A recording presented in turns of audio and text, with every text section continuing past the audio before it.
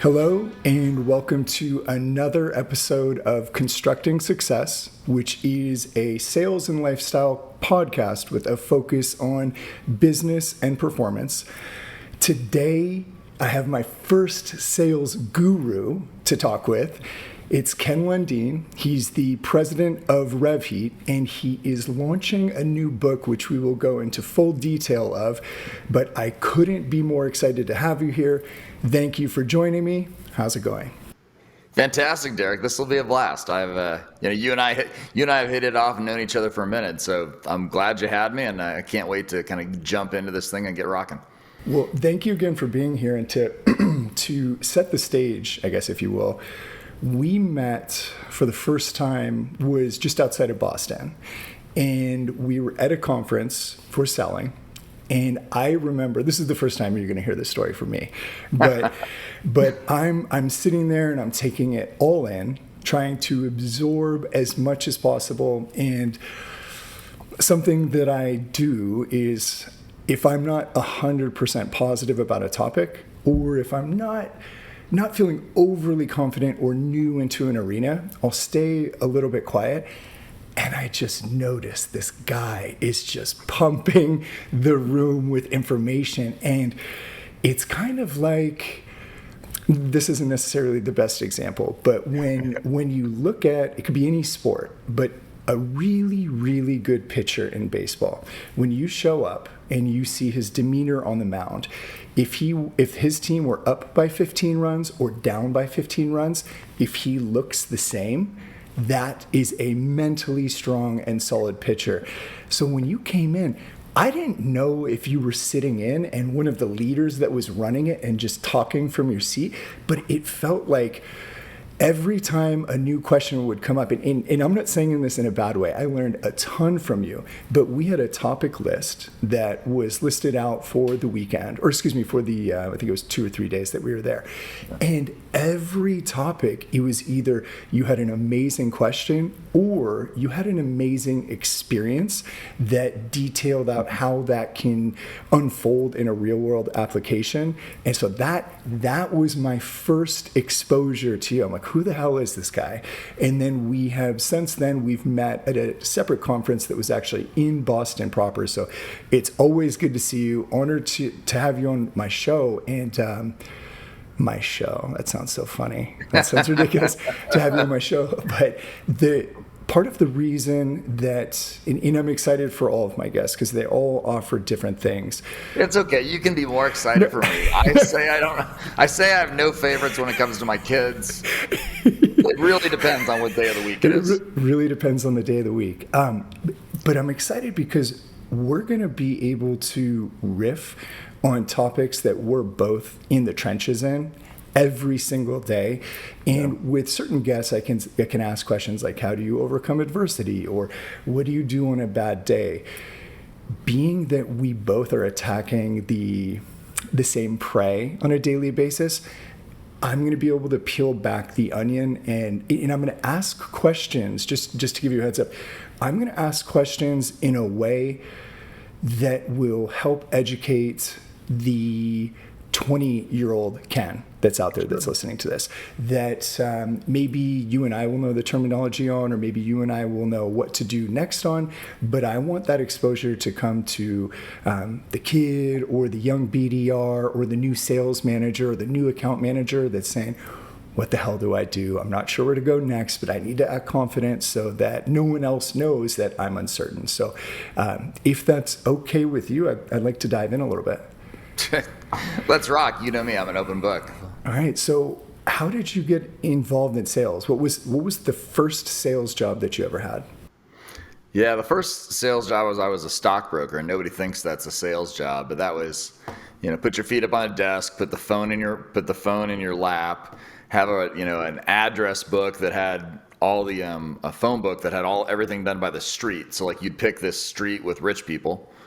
And then you would cold call it, and you like literally, John, his neighbor, his neighbor would all get the same phone call from you over the course of time. So that's how it started. And then since then, it's just been a mutt throughout so many different industries that I think it's actually served to help. These days everybody's looking for industry specialization.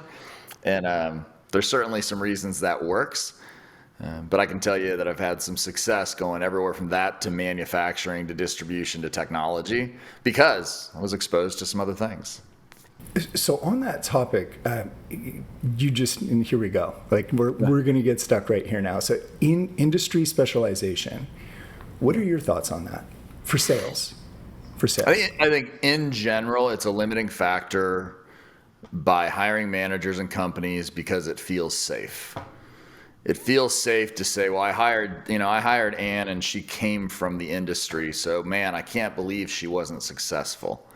You got to think about it. Like really, what is hiring salespeople about? And you and I know a lot about hiring salespeople, but what is it about? When you're talking about kind of the uninformed, so I'm not going to say not knowledgeable, but uninformed of the ways you can do this to really understand who you're hiring. For the most time, managers, HR people, they're just trying to figure out what's the smallest risk profile of failure. And so they do that by saying, I'll ask you, what are the top, say, 3 things that a manager says, I'm looking for this in a specific candidate? What do you think those might be? Well, so to take a quick step back, because you hit the nail on the head. Yeah. They're looking for the lowest risk factor, and they're focusing on the wrong metric. They're so focused on not shaking the boat up or having to spend a little bit of time educating someone on the technical properties of a product that they shy away from star talent. And I see this every day. Well, I don't know if we can teach him that. We need someone with at least 10 years of experience. You need someone with at least 10 years of experience to pick up the phone, to make a phone call, and knowing what your product does and who it serves, to ask them if they experience anything like this, and if so, does it make sense to set a follow-up conversation? That is what you need industry specialization for? Bullshit. No way. Not a chance. And I cut you off there, but no. That topic for me, this, to use a Family Guy term, that really grinds my gears because they're hyper focused on the wrong thing, and then they wait a long time. And when I'm saying companies wait a long time, and when I'm saying a long time, they get impatient. So then they just go away from your recommendation, make a hire for the safe bet, the guy that's bounced around from a few companies within the industry. Why was he bouncing around so much? We're looking over these red flags. Then they come in. 90 days in, they say, Joe's not working. We're not really sure what to do. You sit there, you're kind of like, well, I don't know. Yeah, the truth is, it's not even 90 days though, Derek. You and I know that. The real challenge with this, they go with the lowest risk profile that they think. So first of all, it's a completely subjective idea, right? Completely. The lowest risk profile subjectively. Oh, then by the way, the old cliche is, hire fast, fire slow, which we know is the absolute way to do it, because I've never met a single manager in my life who said, man, I wish I would have held on to Johnny longer before I fired him. Right. But they do. And they hang on to him for 12 to 18 months. They fire him. And then they wonder why, think about this. Let's talk about a correlation. The average sales manager or sales leadership is in their role for 18 months or less. The average salesperson is in their role for 17 months or less. So, tell me, I call the VP of sales or the CRO role in a company, it's the ejector seat for the C-level. Because that's what it is. And so I find it fascinating. You allow sales managers, they allow you, they go, okay, what are I'd asked you, and I'll say it now. What are the 3 top things you're looking for when you're hiring? And here are the 3 things that everybody on this thing will have thought or they've heard somebody say. Industry specialization, that's one. Second thing that they're looking for, they want somebody who's entrepreneurial. And the third thing they're looking for is potentially an ex-athlete. That's the lowest risk profile that 80% of sales managers try to hire. Yeah. Well, so not to put you on the spot. Yeah. What goes hand in hand with ex-athlete? So there's 2 things that usually come off of this. It's ex-athlete or I don't know. Military. Oh yeah, sure. That makes sense. Yeah, sure. Military. And this is my experience. This isn't, that doesn't mean that it's 100% going to be this way. But when you take an ex-athlete, and the better that they were, let's say they were the star at a D1 Pac-12 school, someone with attention. Well, the Pac-12 doesn't have any real good D1 schools anymore, and I know because I went to Arizona. So we're going to talk sports. Let's pick another conference. We'll go anywhere else. But someone that was a star, and they say, well, they were a star. They've been in the limelight. They'll be able to get this done. That ex-athlete has always had people approaching them. They go to the party, someone comes up and talks to them. They're in an interview, people are asking them questions. When you take the majority of the ex-athletes and you put them into a selling role, they don't really know how to handle rejection. Yeah. They've worked hard in one way, but now they're getting hung up on the phone. They have to do the outreach, and they are no longer ABC athlete. They're just a BDR on the phone where someone's like, dude, leave me the fuck alone. Yeah. And they don't know how to handle themselves. So there's the three things, and that is true. And I would say shy away from an ex-athlete unless you run them through a stringent interview and where you can really get them to where you can put some difficulty in their way and see how they operate when the wheels are starting to get a little bit loose. Because if you can get them to fall apart in an interview, you just saved yourself. I was saying 90 days before of pay because 90 days is usually where they realize the salesperson isn't going to work out. Then fast forward 12 months and there's always an excuse of, well, it's our busy season. We just need someone in there. Yeah. You need someone in there that's killing deals? Is that what you're telling me? You need someone in there that's killing opportunities. So we might as well let's just kill the other thing. Let's just completely blow people's minds, because entrepreneurial is crap. So it just, and not all the time, but like what I think companies and leadership doesn't understand is you require a different type of person at different stages of your company, its development, and its sales infrastructure. So as an example, we have a client who's going through a Series B right now. It's cool technology. It's drone detection. Like it's leading edge stuff. But we're helping them build sales process, continuity, all this other stuff, but they don't have it yet. So in a smaller company, you want somebody who can be entrepreneurial, because you need somebody who can figure stuff out without you, who's not afraid to break things and try and is going to move forward. The challenge becomes when I get to where I have those systems and processes established that support a high-performing sales org, you keep getting entrepreneurial people and you keep wondering why there's so much conflict and friction within your organization on the sales side. The reason is you hired entrepreneurial people and they like to break shit. They don't want to follow your sales process. They don't want to put your stuff in the CRM. They want to you've got 4 core offerings. Well, they want to make it 12. Mm-hmm. Mm-hmm. So just a little rant on the entrepreneurial component because it's so overlooked and so misused. No, and I appreciate that because I just learned something. So I didn't think about it that way. And that is true. An entrepreneurial person or with that mindset is going to constantly be trying to fix or make things better.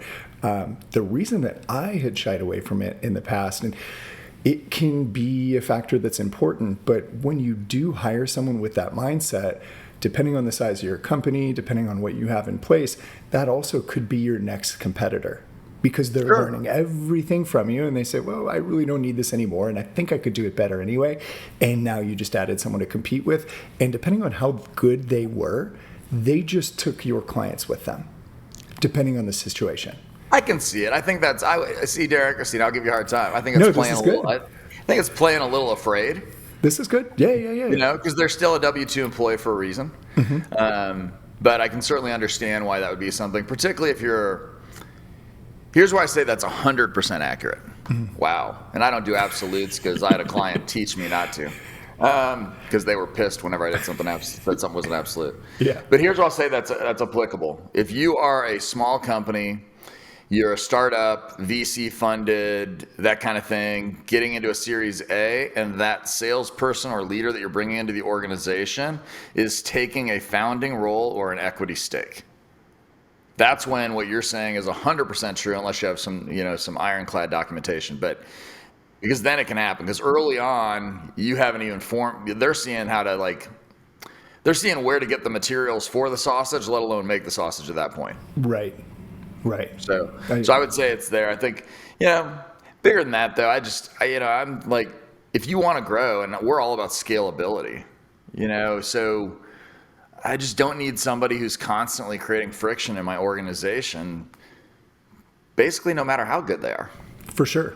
And the better they are, the more friction it's going to cause, because you'll get that riff of, well, why wouldn't we listen to Ken? He's leading the sales team. His ideas are good. I'm going to go that way. And then you've got a little mutiny on your hands. So, so very valid points. And I just learned something with the entrepreneurial side of hiring. But if I can ask and skip over anything that's not important. So you're working with the stock market. What's the timeline, or what's the trajectory leading to you being the president of RevHeat? What were the milestones along the way that helped you elevate your game, if you will? Yeah, so I went from there to being the national sales manager for a company that made concrete coatings. Have you ever seen like epoxy for they use it everywhere, but garage floors, this kind of stuff, pool decks, whatever. But national sales manager just meant that I was the guy who could sell nationally. So just like today, that was 20 some years ago, people give you titles in lieu of compensation. So just for sure. Keep that in mind. Yeah. So that was interesting. And then in that, I actually bought my first business. So that was, I went to the concrete coatings. Oh, and then one of my customers hired me. And so the customer hired me, and they were in the process of franchising the garage remodeling companies. And so I was part of that management team. We were Inc. 500 for 4 years in a row. So I was an Inc. 500 management team. And then I bought the Atlanta location from them and moved from Arizona to Atlanta. Ran that for 6 years. The beginning, it was great. Tripled sales in the first 18 months. However, 2008, 2009 hit. Milestones. Those famous years. We always talk about those milestones are, filed bankruptcy in 2011 and had to start over. Like, it wasn't just starting over. It was starting over, like, with everything I was as a human. They say, people might think that the event of bankruptcy is the bottom of the trough, right? It's the bottom of the valley. And the bottom of the valley lasted for 2.5 years. So it's, the coming out of and getting it. And so what was interesting from that is I'd been running a national sales organization that was doing $80 million, bought my business, filed bankruptcy. And then do you know that if you don't have a great exit from a business, that they basically treat that time in your business like you weren't working? I did not know that. I did not know that. Nobody wanted to talk to you about management, about anything else. I was running an $80 million business, had my own business, and because I didn't get it, it was crazy. So I ended up going back to work for this fantastic company, Insperity. I always say that Insperity had this knack for finding broken, high potential souls. And so I made a lot of friends and was there for 3 years. And then it was VP of sales for a technology company, and then it was senior VP of sales for a fintech company.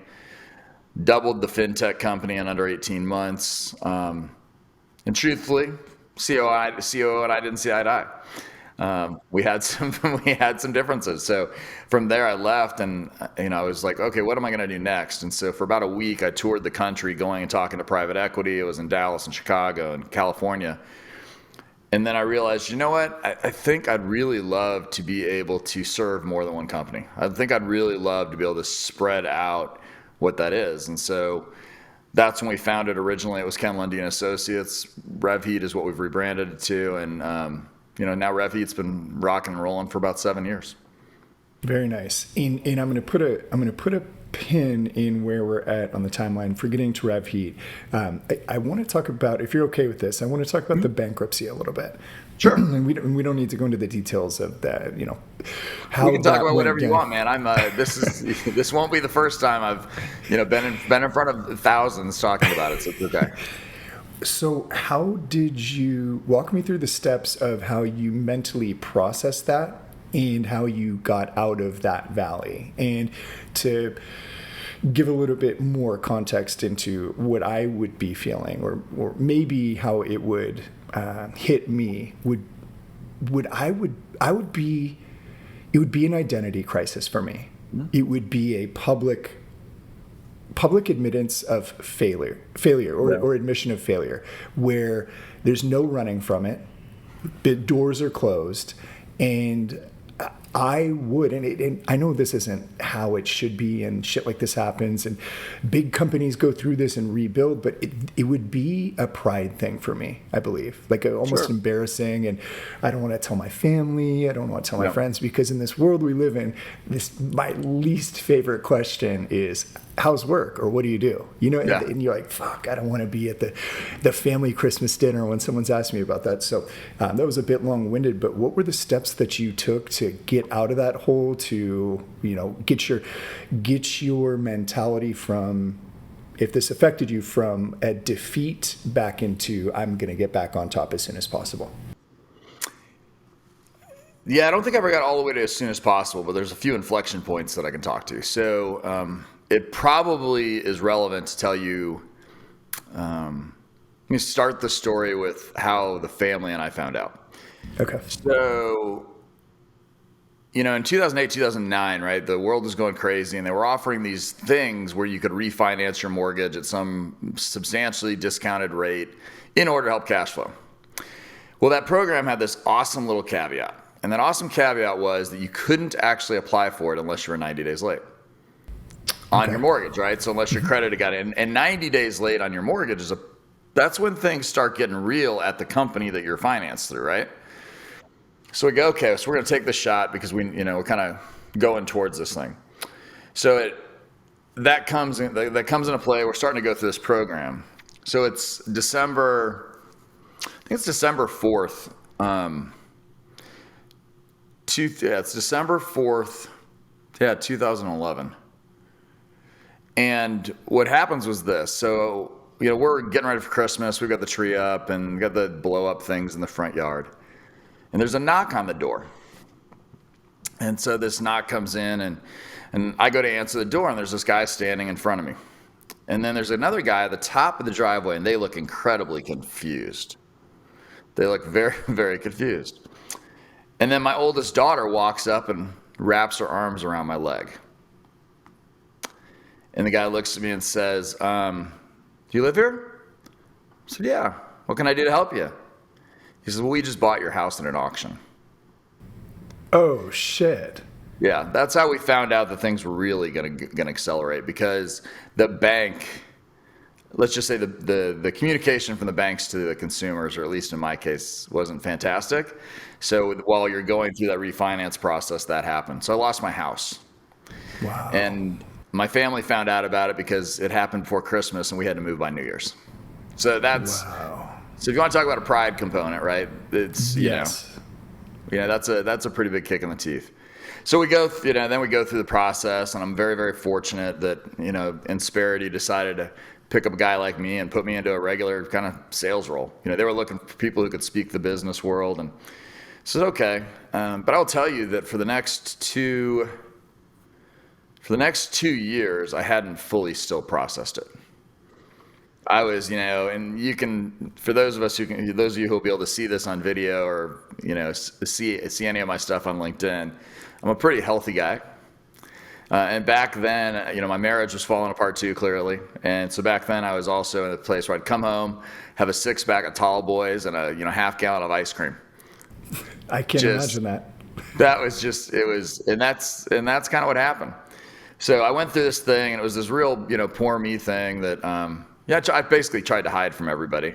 But you find out later that most of the people around you didn't actually hide anything. They're pretty perceptive. Yeah. So fast forward, and the moment that I figured out I could fix it was this. I decided that I was going to leave Insperity.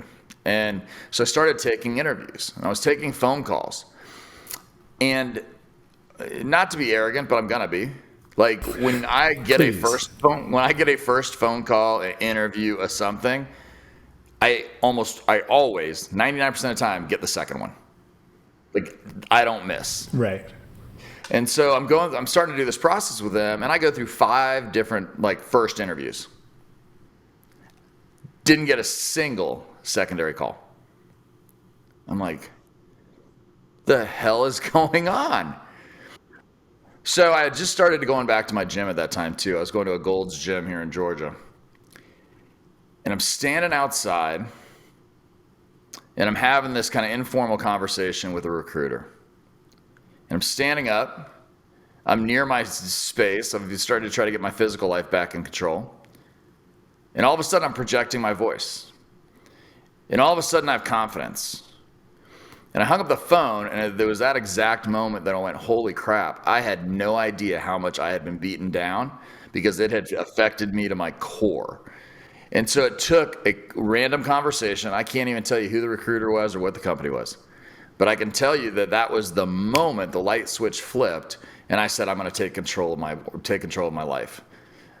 Within 30 days, went from being a sales guy to a VP of a technology company. 15 months later, I was the senior VP of a fintech company, and I'd tripled my income in 15 months. Wow. Okay. So that's a tremendous change of events. Yeah. What was it? What was the moment that you heard your voice projecting, and that showed you where you were off of who you naturally are, or where you had fallen to? What do you think it was that allowed you to project, or allowed you to straighten up and get your confidence back in that moment? So most of the time, I'm super intentional about this. Like I tell people when we train them and coach them, I'm like, look, if you're in a bad mood, you're bringing that into whatever meeting you have, and you really can't hide that from people. Right. You know that in sales too, right? The old thing when you used to do a lot of like selling in person. Remember those old days? Yeah. You know, you could turn your radio on with your favorite song in your car and just like get your mental thing ready. And so I'll tell you what's interesting about that is, in spite of all my intentionality, I feel like there's only one reason that it happened, and it had nothing to do with me being intentional. And that's because I was in the place that I'd always taken the discipline to take care of, because I was standing 5 feet from the entrance to my gym. And because that was the one thing that it was probably at that point the only thing in my life that I was confident in. And when you're saying that's your space, you are or were, I guess, a strength and conditioning coach as well, or strength? Yeah, yes and no. I've got a certification through the United States Amateur Weightlifting, so USAW, and I did that for a couple reasons. A, people are always asking me to help, and B, that's how into things I am for myself. Like I just want to learn. Yeah. And so that's one of the reasons we did it. But it's been fantastic for just the discipline and the techniques that are associated with being successful.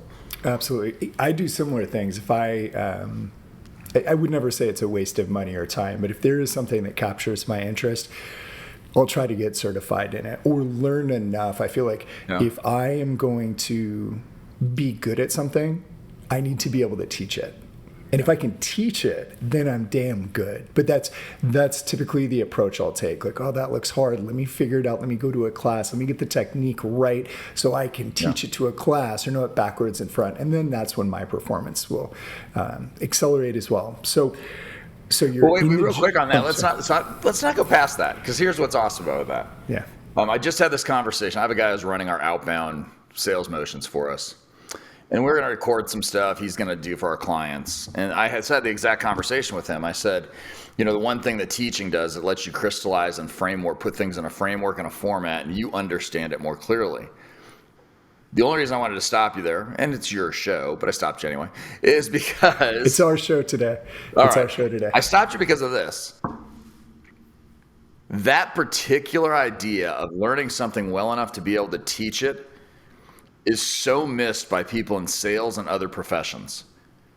Yes. Don't just do something because you know it. Like I can tell you, when I used to run sales teams, I could go in and figure it out, but I could have never told somebody else how to do it.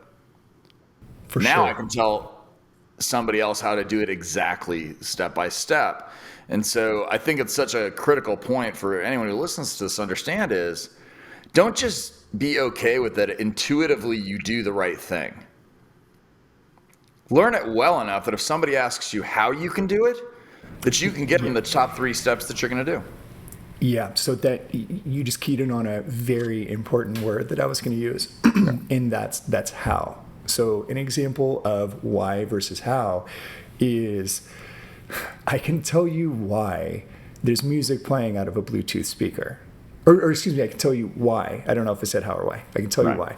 It's because the signal is coming off of my phone and it's going to the Bluetooth speaker. Right. Now, ask me how that works. I don't have a fucking clue. Yeah. I have no idea how No. this is actually coming together.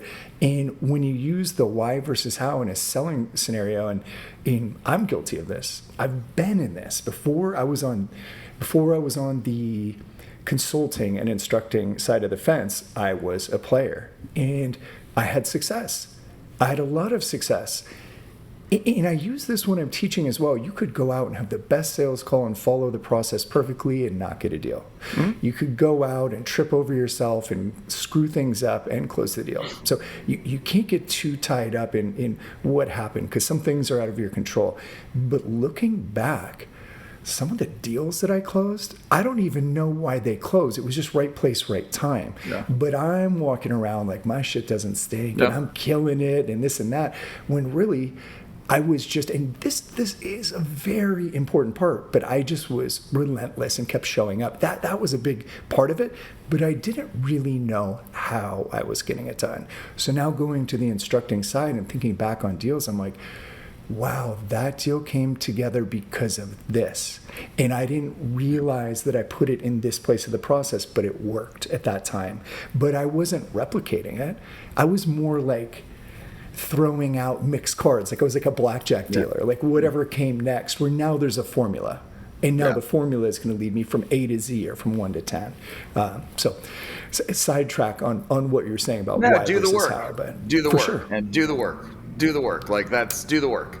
Right? Yeah. So if you're a rep, do the work. If you're a sales leader, I'll expand here, and I'm sure you, like, I totally sidetracked you, and I apologize. But like, there's No. the oldest training methods in the world come back to doing some teaching in this order, and that's you tell them why, you tell them what it is, you tell them how to do it, and you tell them what to do now. And here's what happens with most sales managers, and here's why you're upset with your teams not doing the things that you think you've made crystal clear.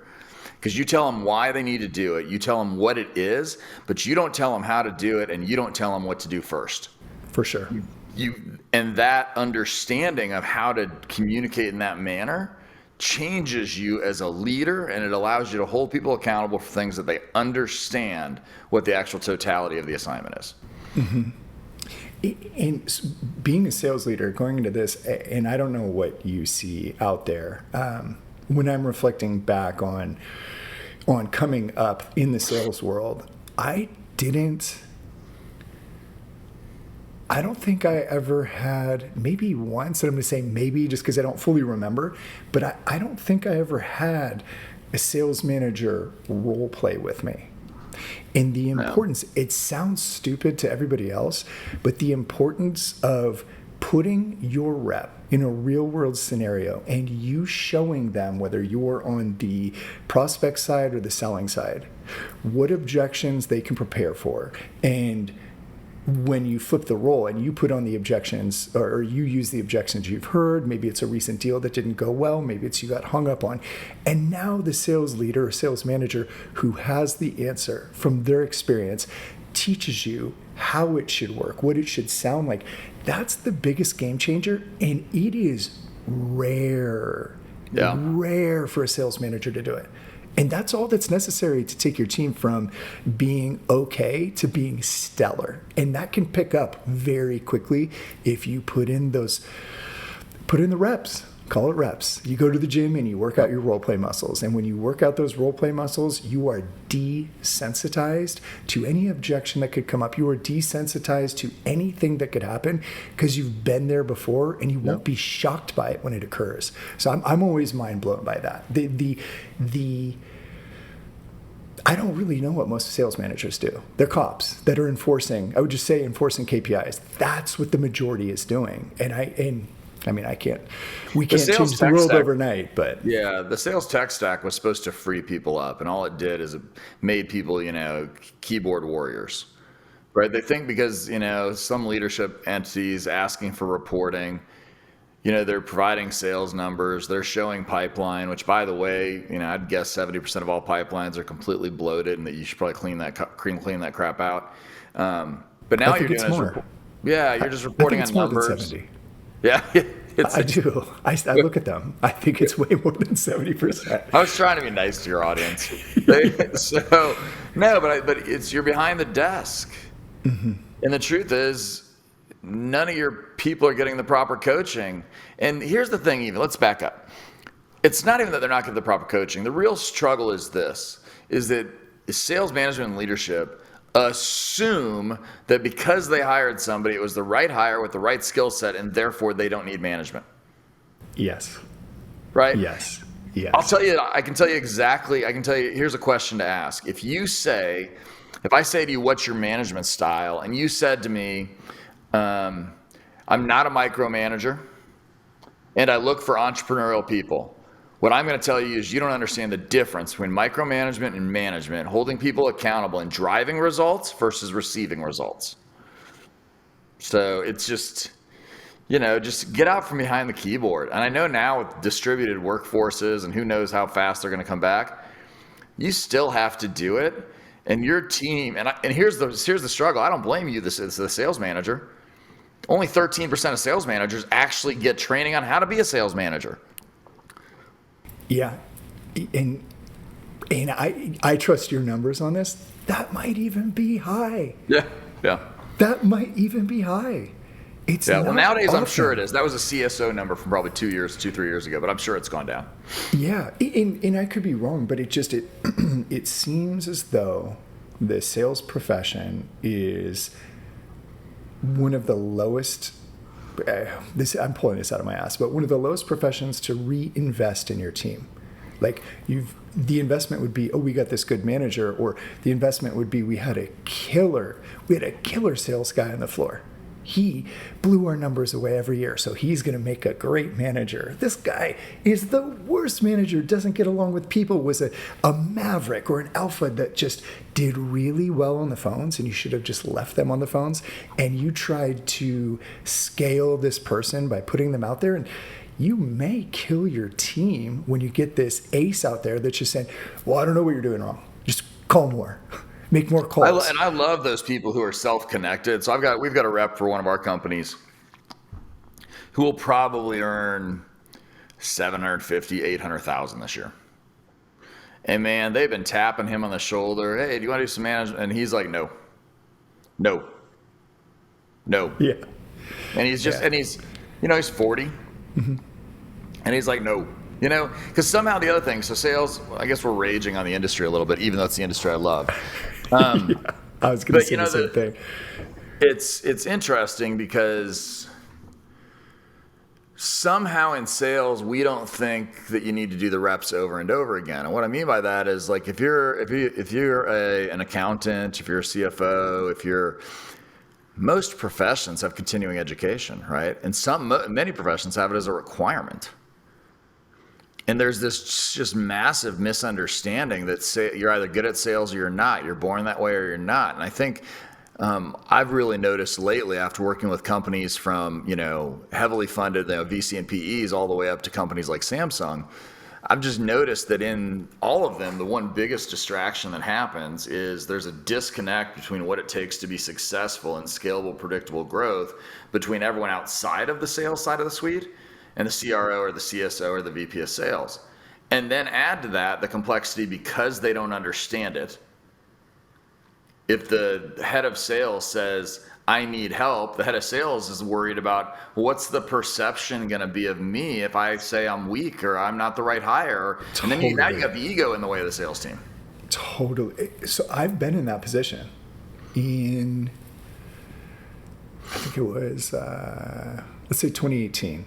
I was looking at bringing in training for sales reps that I had on my team, and I thought it was a great idea. I remember when I went through the training, it changed my life, not even professionally, personally as well, because life is selling, life is communicating. So understanding what needs to go into the sales process and understanding the methodology and understanding posturing, and we're not going to do anything here unless we know what the next steps are. So that was really helpful for me.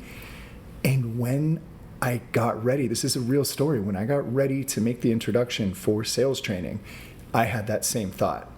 They're paying me X amount of dollars. what are they going to say if I can't do this job? And it's not that I couldn't do the job, but I was in more of a leadership role, and I was overseeing so many things that I didn't have the time to give the team the proper sales training that they needed. And I had that gut check of like, I'm not going to say anything because it's going to lower my stock in the owner's eyes. So it can be a lonely world, and it can be a difficult world, because in this, salespeople, I want to say, I want to say they're confident, but a lot of times they're arrogant as well, me included. I've been that way, and Sure. and ashamed to ask for help. And the help is that olive branch, that is the connection that takes you from being mediocre to stellar. And it's just even having a written, structured, milestone-centric sales process. Most companies don't have a good sales process. Right. Fix that and things will change. And it's always mind-blowing, and I'm sure you see this in your experience, but you can create a sales process for a company, and you can train them on it, and we can go around and do role plays about it. But I just did this the other day, and I did a pop quiz. I just said, okay, no one's in trouble at all. And we practice all the time. We practice just drills. Today we're going to scrimmage, and we're going to go around like around the world or around robin. Where are we? And I was surprised at how little they were able to connect for where they were in the process. And the reason for that is once I exit that session, they just go back to selling, which is their job. But they're not spending the time on the reps in those areas. And there's so much to take in, and it takes so much time and effort and beating a dead horse until it sticks. And some people take longer than others. But I was baffled by the limited retention that was happening, because they've got their own lives, their own goals, their own things, and sales isn't always the focus. So, particularly if it's not focused on by leadership, right? Or if you're sales, the biggest litmus test, and I'll tell you right now, the number one ROI drain for sales training, there's two of them, actually. One is the sales management, because sales management has to adopt it, and sales management has to inspect it, and sales management has to show it's important. So that's the first. The second is actually the way we deliver it. Like, I can tell you, being in this industry, and I used to deliver this way too, but the Effingham forgetting curve says that they're going to forget 77% of what you taught them in 6 days. So if we're delivering stuff and not resetting their learnings with bringing it back to the top and the forefront, you have zero hope. Those two things together are why sales training doesn't stick. But they want, it's, once again, even when companies bring us in, a lot of times they're like, well, we brought so-and-so in and that didn't work. Well, because then they get to say they deferred it. Mm-hmm. So I think for sure it's the perfect excuse. Yeah. It's the perfect, you can buy a little extra time. We did that way, it didn't work. Now we're set backwards. Forecast is going to be off because of that. And the laundry list grows. Yeah. I just feel like, we've been riffing, and I feel like all I've done is call shit out. So I will say, so on a positive note, what do you do different if you're looking for that kind of stuff? Well, you look for something that has more frequent asynchronous learning, backed up with group coaching, backed up with a system that empowers the sales managers and requires the sales managers to participate and facilitate. Yeah. Right. Yes. One of the things we've done is just I'm trying to get Rev Heat as far to the background as possible right now. I'm putting all the tools and all the equipment in our tech stack that say, look, we're going to show you how to become a world-class sales organization, and you get to keep all the credit, because we're just going to be in the background telling you how to actually get this thing done. So, I think just they don't retain it. And once again, you got to come back and do something about that, because good selling is good selling, man. It's for sure. One thing you mentioned, a very important piece to instilling training, and that is you have to get buy-in from management. They have to own what you're doing. So when you go to the managers first and you're working through a new sales process, they have to take ownership for it. We might make a few tweaks, but it's their idea. Yep. Then when we start introducing the methodology, The managers have to be comfortable with it before you can introduce the sales team. That's the only way that it works, because if they're not following up and drilling, and if they're not holding people accountable to what's being taught, it's just in one ear and out the other. Yep. And you will get conflict from management, because, as I'm saying, confidence, arrogance, however you want to look at it. I remember the first sales consultant that was brought into a company I was working at, and I say his name all the time. It was Dennis Connolly. And when Dennis came in, the first thing I thought is, who the fuck is this guy, and what does he know about what I'm selling? Yeah. And he blew my mind so quickly that I was bought in. But there were sales managers within the organization that just didn't buy in.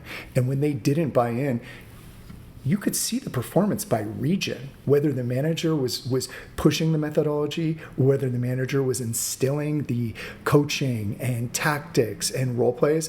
And the ones that were like, yeah, just show up for the meeting, you don't have to do the homework, you don't have to do anything, those territories fell. And it was such a contrast between buying in and not. But it does, it takes the manager. If you don't have the manager bought in, you can get a few of the salespeople, but it's, like you said, give it 7 days, and 6 days, 7 days, they're going to lose 77% of the memory if no one is there to hold them accountable. So going from, you were at the fintech company and you were able to triple your income, and on the topic of sales training, what was the catalyst for Rev Heat? I know you mentioned that you wanted to spread yourself out or be able to deliver for multiple companies, but how did that come about? Yeah, I think there were a couple things. One, so when I made that trip around the country, talking to various companies and other things, my bailiwick at the time had been, I was pretty good with companies, leading sales forces for companies under, say, 250 million. And so I went around the country, and I probably talked to 10 or 12, whether it's PE, VC, or directly to companies, and I kept finding one problem. And the biggest problem I kept finding was that the CEO or the founder or the owner of these companies didn't actually like their customers. It was like an epidemic. It was just, and being in a situation where I'd been in 2 previous companies that were like that, which, by the way, I don't get paid for this, but man, if Glassdoor says a company's shit, you better really think about whether or not you want to join them, because I've ignored it twice, and both times I got burned. So just maybe you can get Glassdoor to sponsor it now that I said that. Yeah, I'm going to try. But anyway, so we went through that, and so I'm like, man, what I want to do is be in a situation and work with companies who actually love their customers and want to do this, companies who feel a need to turn things around. And so probably 2 things probably got me to go do that. One was an over arrogance of thinking that I knew exactly how to teach people what I knew how to do. So you learned that in consulting. You're like, why is this taking so long? Well, it's because you're not communicating clearly. Yeah. I think that was first. Is there was enough arrogance and security to do that.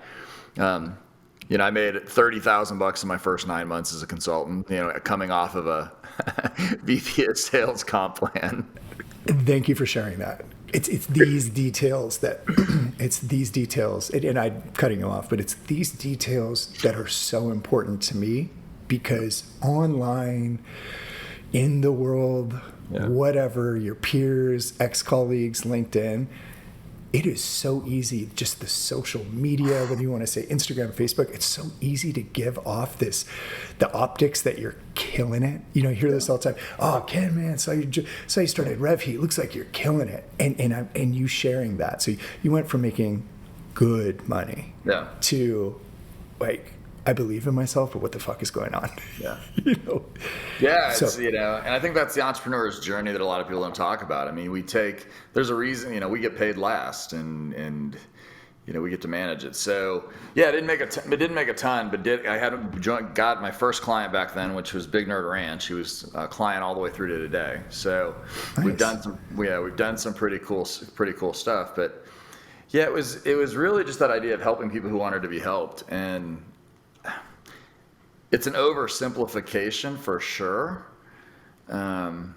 because even 7 years in, we still find that some of the things we've already talked about, the human nature, the egos, the perceptions, the not knowing what great looks like, because there's so few. I worked with a company that was like a number 100 on the Fortune 500 list, give or take, so I don't give the company away. They had a B2B sales force of hundreds of people.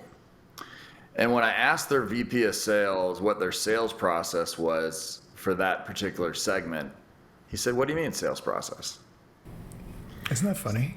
Yeah, so whether it's that or it's smaller companies, like this is a thing, and it's just, how do you go out there and make it? Because I think, right now the way I look at it is, I learned this from a guy that I worked with when I originally got into consulting, and that was, it's okay if products fail. It's not okay if great products fail because people don't know about it. And so that's the sales and marketing motions. And so, those are the types of things that we really wanted to help. So, I digress. But yeah, it's been about trying to see how we can multiply our impact. Well, so and you said it's an oversimplification, and maybe it's because my brain is always spinning the wheels of sales. Yeah. But it's not an oversimplification, because when you're going to companies that want to be helped, your experience is going to be better because they are receiving you. Yeah. And when we go to sales, you could be the best. I'm not going to say that he was the best, but you could be Zig Ziglar. Yeah. You could be Dave Curlin. You could be whoever's out there. And if you were to go try to sell a steak to a vegan restaurant, it doesn't matter how good you are. They don't want your offering, your product, your help, whatever.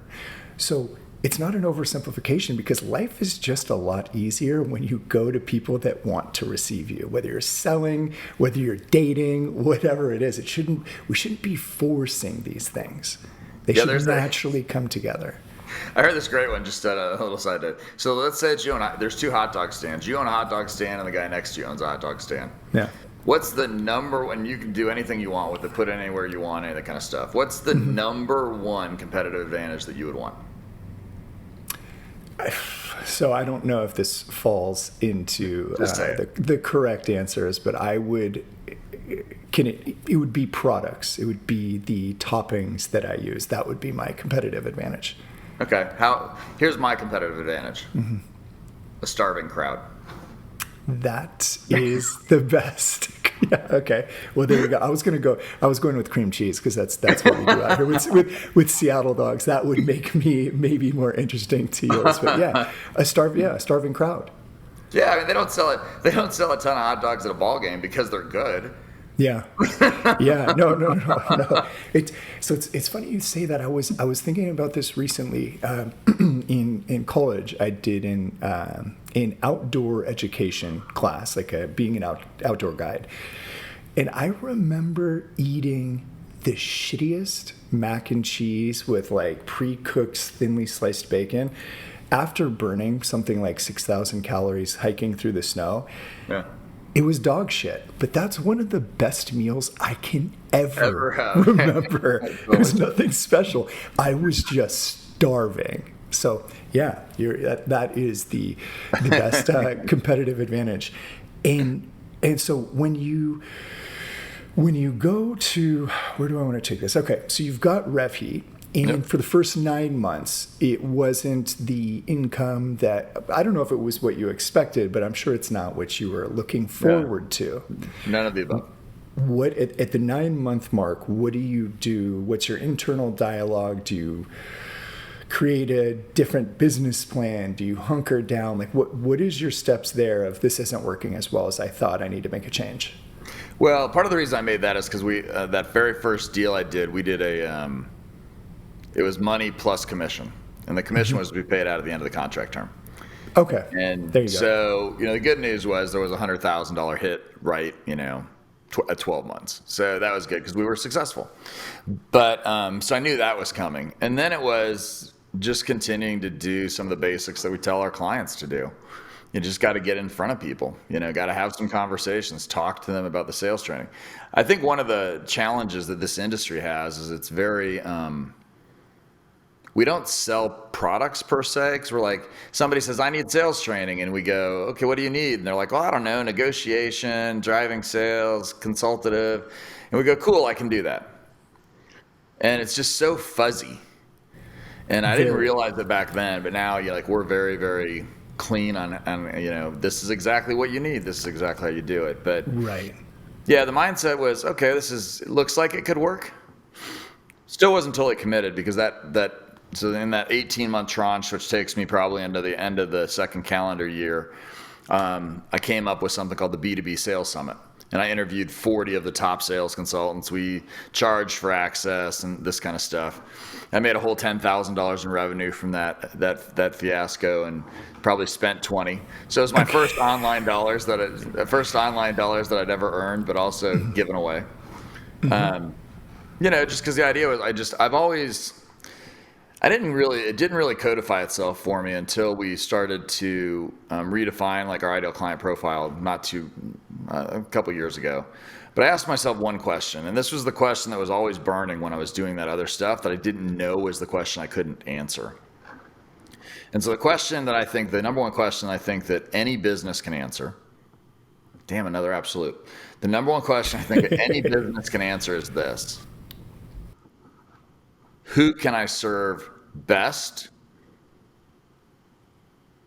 and most effectively? Who can I serve? And then, we want to be a hungry crowd, but it's who can I serve? Who do I make the most impact for? Right? Who can I make the most impact for?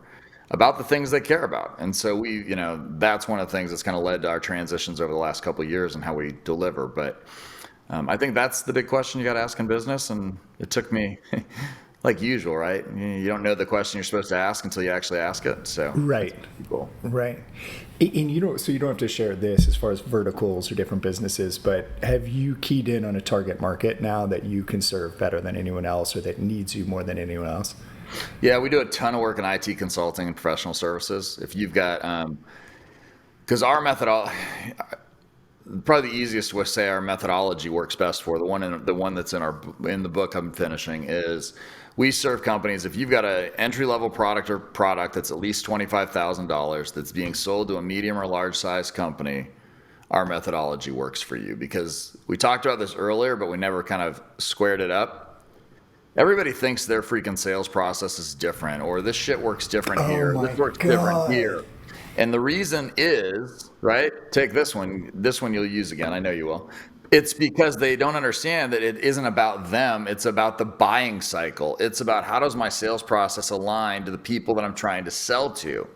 If you talk to all these people, I bet you the average new logo close rate is 8%.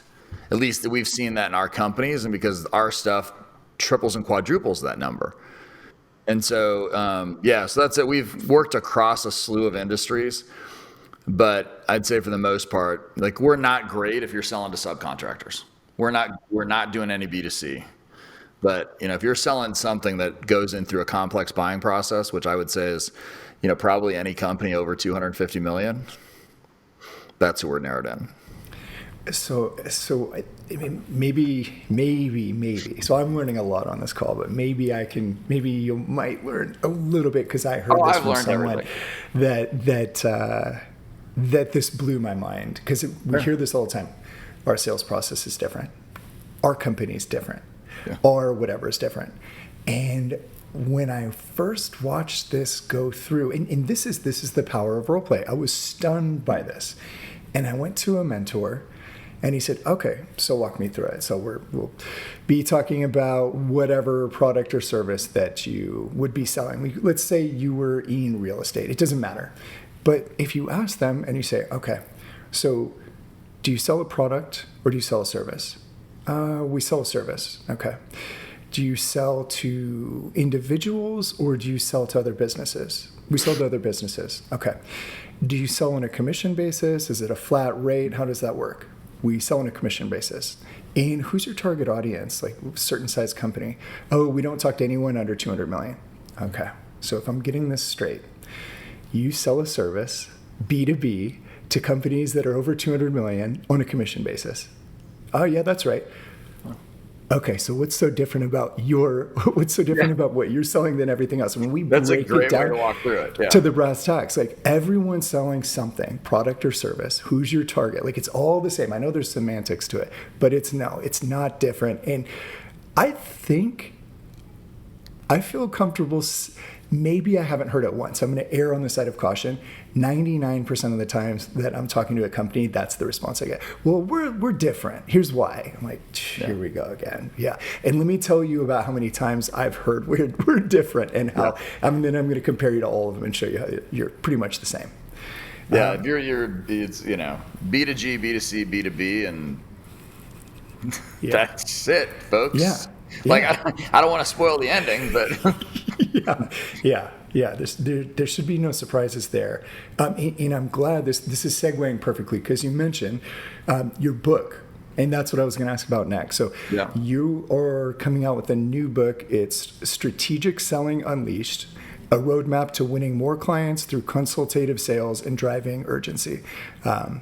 When does it come out? What was the idea behind this? When did you have this little thing come to your head and say, okay, this is what I need to do? I appreciate you bringing it up. So we've been using a process. We have an internal methodology that we use that I've alluded to in helping companies improve their closing rates and that type of stuff. And it's been really, really successful over the years. And one of the things I wanted to do is we've changed the way we're delivering services and other things. Is I needed to do a better job of, I guess I'll say it I've never used the word codify, but now I'll use it twice in the same 10 minutes. It's a new word. But I wanted to codify. It's probably because I talked to Justin Michael yesterday, and he's all uses those technical terms. But wanted to take that and distill that into something that founders, sales leaders, sellers could actually use and make it's a practical and tactical guide. Like it literally is steps to do things. And so I wanted to be able to have that as the backbone of the training that we're delivering and other things. And I just see such a massive need. And most of the books out there, I would say, most of the things I've read anyway, aren't really written from a practitioner's perspective. And at Revy, that's all we do. Like, if it can't get into the seller's hands, and if we can't get management to adopt it, then it's not worth it. And we know, you and I both partner with a great company called Objective Management Group, and we know how poor most sellers are at consultative sales, and we know how poor they are at getting over the nice to haves versus must haves, and we know how poor they are at driving urgency. And when you take those things in, the book just absolutely allows somebody to sit down. It's, 75 or 80 pages of just stuff that read one chapter, go apply it today. Read one chapter, go. It's just written from a perspective of, I want Derek to read it and be like, holy shit, I can improve a deal today by price, by quality, by something. And I even set up an email so that I can get your response to it when it happens. Oh, that's awesome. That's awesome. Does it read almost like what I'm envisioning? Does it read almost like a playbook? Yeah, to some extent, because what it's based on, so the opportunity to close roadmap is it's essentially 6 components that we need to manage within a complex sale. So you'll see versions of, and I'm not, look, Zig Ziglar, everything that needed to be said about sales was probably said by Zig 40 years ago. But the truth is, I was talking to another person that we know, Rocky LeGrone, and he's like, no, it's probably in the King James Version of the Bible, right? So sales has been around for a long time, right? So, so I've picked up a lot, whether it be Medic or Spin or Challenger or whatever, right? And I give homage to all those people. But our 6 components are like business needs and motivation, the ambassador, the decision makers, the competitive differentiation. And what we do is each chapter is, well, how do I improve the business needs and motivation score? Because it's a scoring system. And in our scoring system, the higher the score, the higher the probability to close. And so, it reads like, hey, I got to do a better job of managing the relationship with my ambassador. So we call him an ambassador instead of a champion as an example, because champion's overused, and most people that just means primary point of contact. I say ambassador because I want people to understand they should be an ambassador. The truest state is advocating for you. They're wearing your shirt and your colors inside their organization. And so if you want to improve your relationship with the ambassador, it's a chapter on how do I do that. If you want to improve your ability to position the solution instead of as a tactical no need, but a strategic need, how do you do that?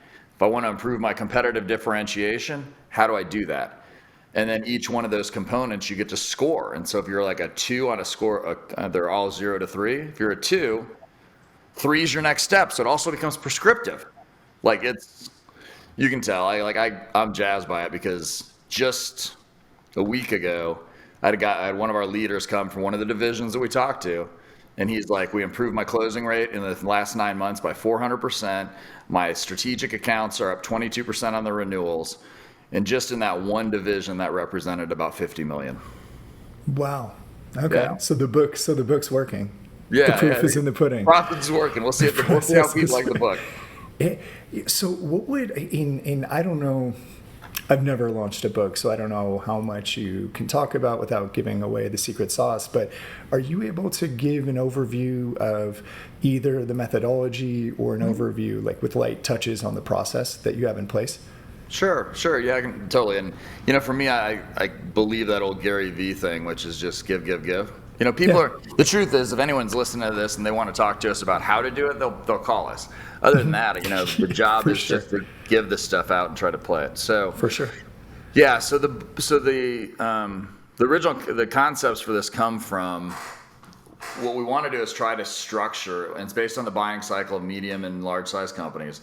We want to be able to put you in a situation where you can structure a deal so the quality of the opportunity is continually improving. You've heard that they say, everyone says discovery is iterative, it's ongoing, but who really does, right? And to give you like an example of how that works, each one of those 6 components goes 0 to 3. 0 is no information. But like with the business needs and motivation category, right? A 1 is you've discovered a known need. Could be small and tactical.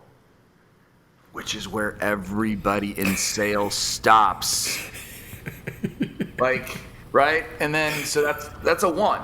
So you go, okay, Ken, well, how do I get any better than that? Well, here's how you get better than that. Your ambassador can match how you're going to help them solve that known need to a 12-month priority. Mm-hmm. Oh, wait a second. That improves the quality of the deal, right? Yes. But what's a 3? A 3 is you've confirmed with the decision-making unit that it's a priority and you have a compelling event. And so that just gives you an idea. That's just one component of what we're trying to score, because we don't want to forget that we also have relationships in it. We even have stuff on the paper process in it because we want to manage to close on time. So we didn't ignore that.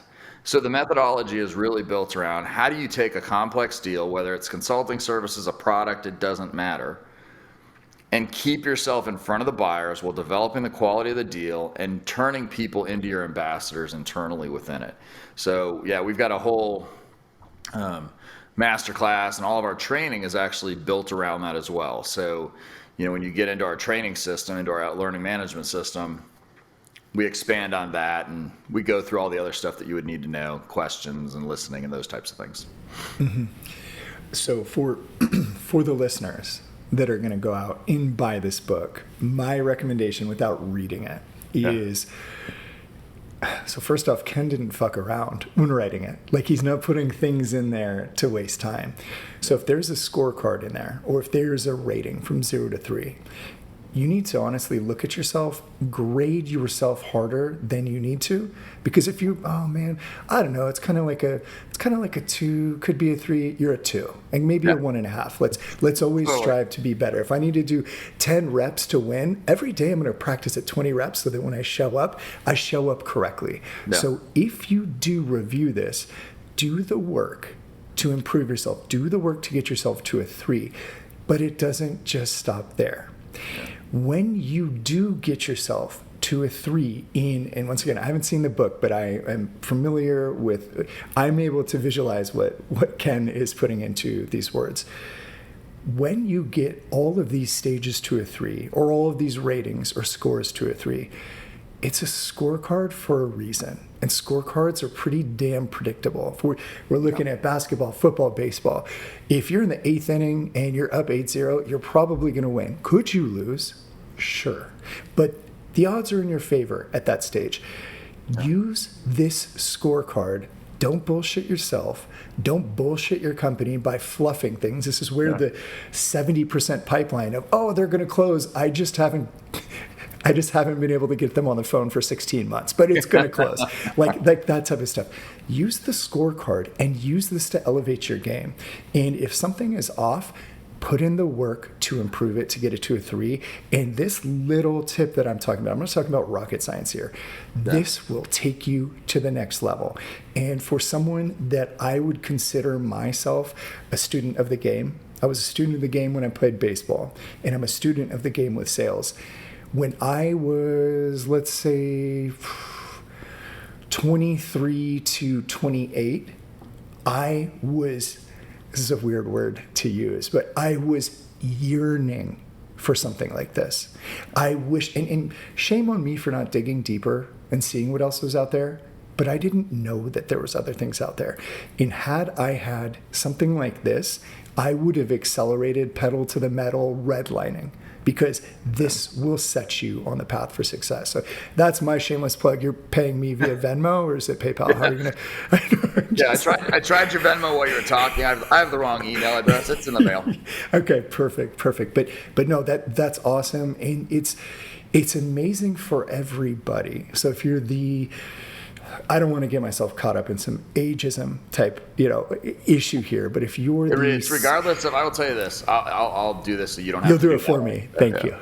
I can tell you this. We have had sellers who have been 20 years in selling, and we've had sellers who have been 18 months in selling. And in every single case that they've talked to me about, right? So it's not, once again, another, I don't know where these absolutes come from.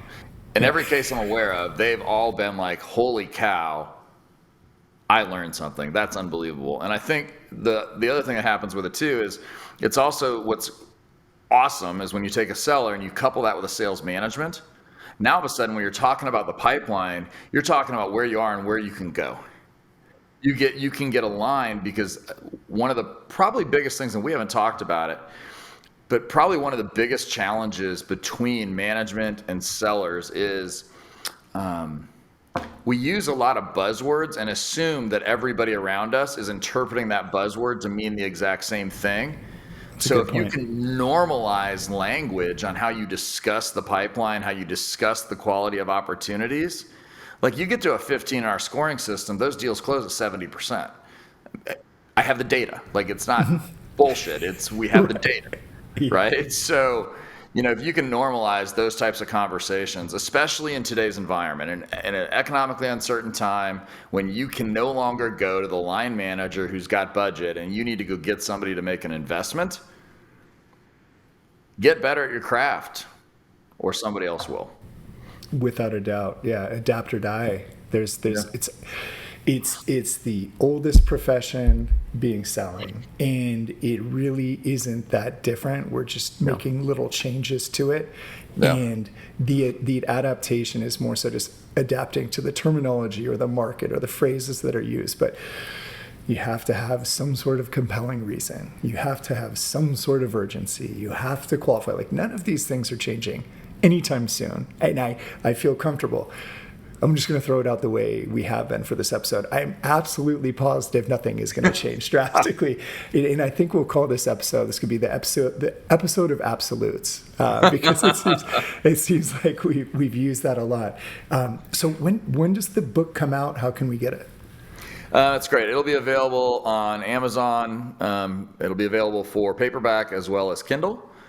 And my guy is in the final formatting stages. So if today was July 27th, it should be out by September 1st.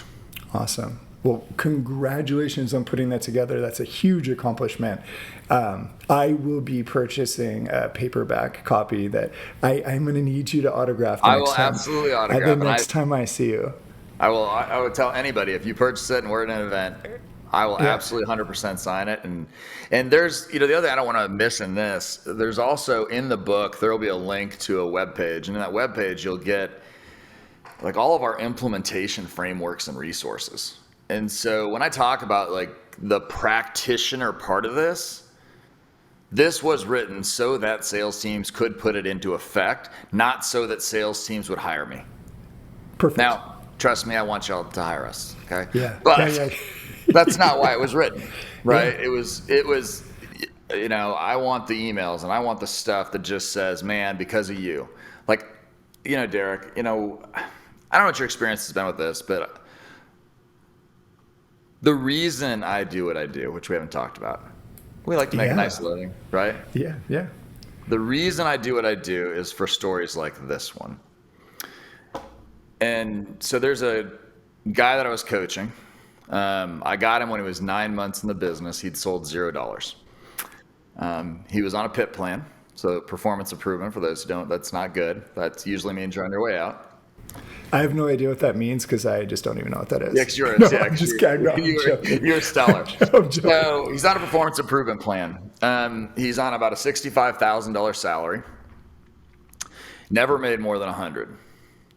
We get him to the end of that calendar year, which there was 6 months because he was hired 3 months in. So we had 6 months in that calendar year left.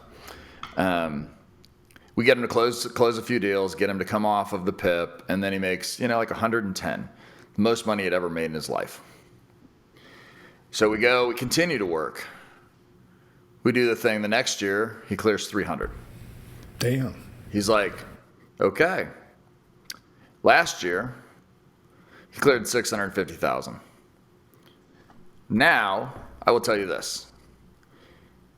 What's cool about that isn't the money. Because what I can tell you what he did was this. He moved his family into a school district that was better for his children. He was able to take his children. He's a big Disneyland guy. Took his children Me to too. Disney like 748 times. His wife and he were able to choose whether or not she wanted to work for somebody else or do her own thing. But that's the reason I do what I do. That's the reason I wrote the book, is because those stories of improving the quality of an individual's life, and we talk a lot about the company, but the stories of being able to improve an individual's life, those are the things that get me up in the morning when I'm tired and I'm sick and I don't want to be doing my job, because that's the people I want to help. And that's a complete lifestyle change. And that lifestyle change, what we can take this as far as the butterfly effect will go, but you changed his life by what he was able to do for his family. And by what he's able to do for his family, his kids will be able to do for their friends and then their family in the future. In the experience of having a dad that I'm not saying that he was going to give up, but having someone that was struggling to now excelling and able to provide in a way that I'm going to assume, not absolutely, but I'm going to assume that his income changed his life in ways that he only imagined in his wildest dreams, and maybe not even. Right. And when he's able to, I'm going like really far down the rabbit hole, but when he's able to help his wife to make a decision of, does she want to pursue her passions or do what she wants versus working for someone else, it's going to come full circle.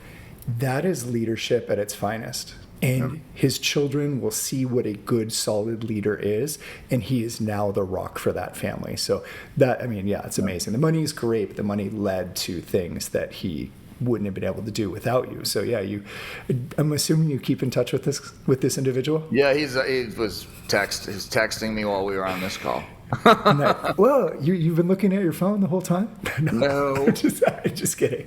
It could have just been an assumption. Yeah. Exactly. So what do you do? So we visited the book, and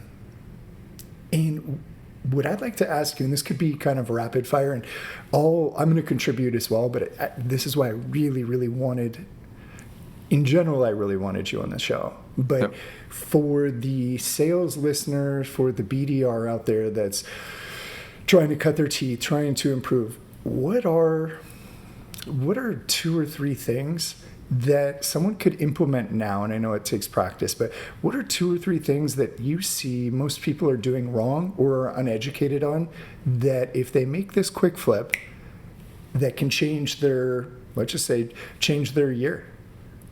Yeah, understand that when motivation wanes, discipline triumphs, and that you have to get up and do the work.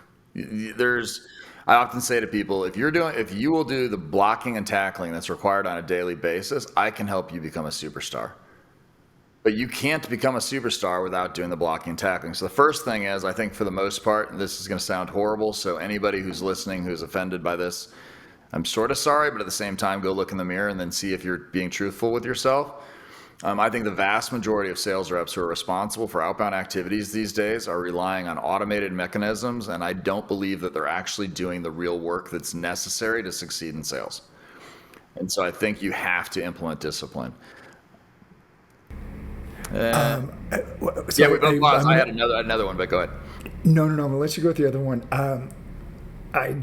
You probably know a similar number, but I was talking with a director of a large company.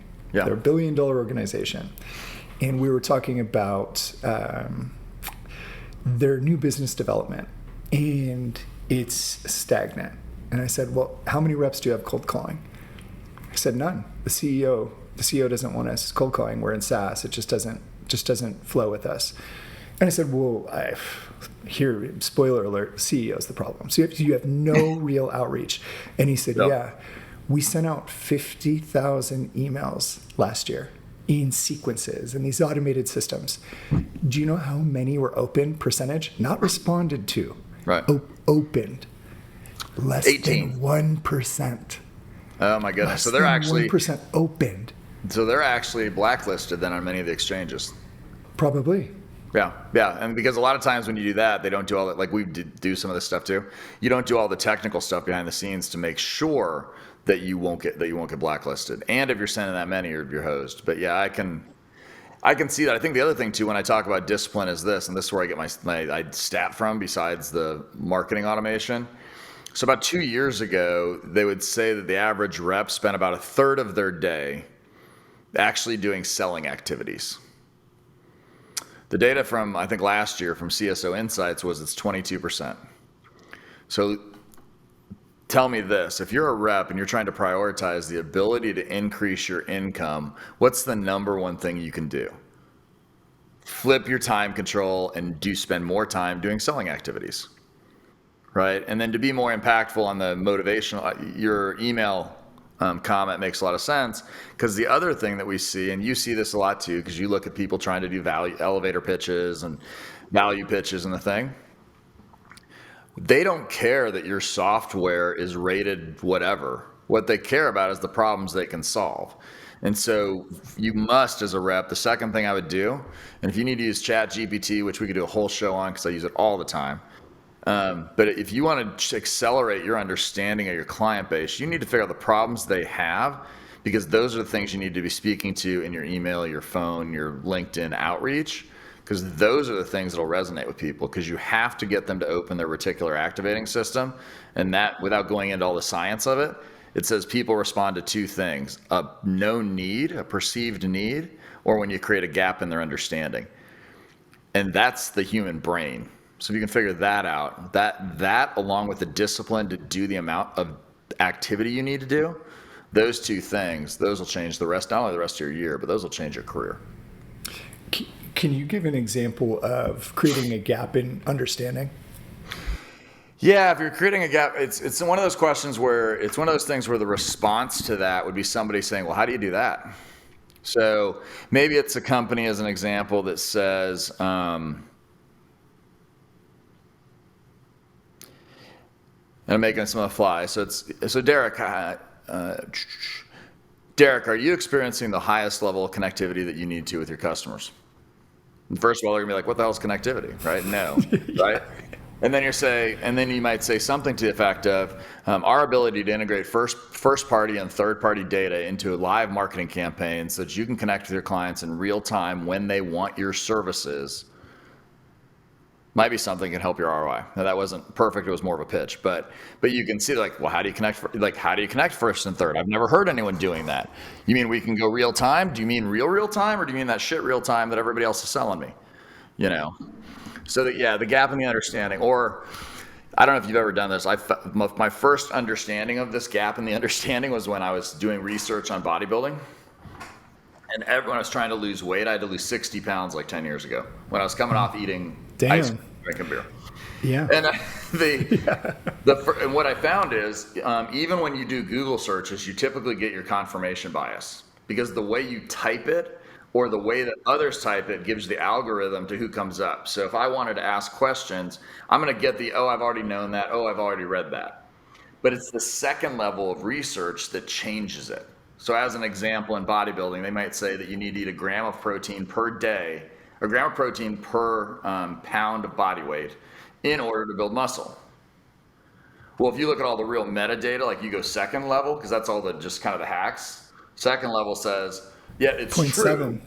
Yeah, well, yeah, it's 0.7 for, and that's for anti-aging. But even when you do 0.7 or less, or 0.7 or more, it actually only increases your ability to have, to build muscle by minuscule amounts, like under 5%. Oh, So wow. while still accurate, right? That's second level. I hope that didn't bore the hell out of everybody, but No. that's the idea of you came up and knew the number immediately, but look what I just did. I created a gap in your understanding because Right. I've seen the other stuff. Right. Well, and there's more to it. And to piggyback on what you're saying, yeah, when you get someone to say, like, I don't know, or no, how would you do that? Or I have no idea what that even means.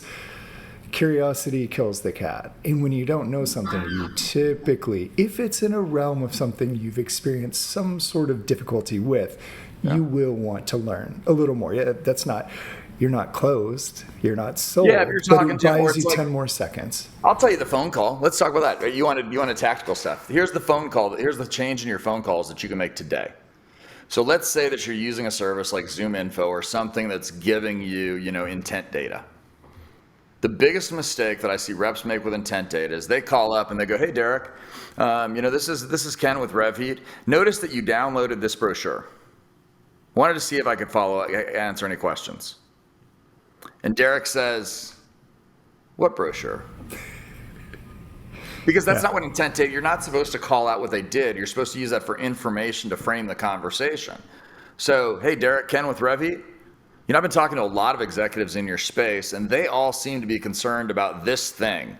What conversations are you having internally about that? That's perfect. That's perfect. Make that change in your phone calls. You'll make more money and set more appointments this month. For sure. And that's and to give a little bit of detail or background, that is getting away from the elevator pitch, that's getting away from the ROI. We've done this and we made so and so 150%. But it's opening up a conversation that sounds more natural than an elevator pitch, but it pokes at a problem or shines a light on a potential problem.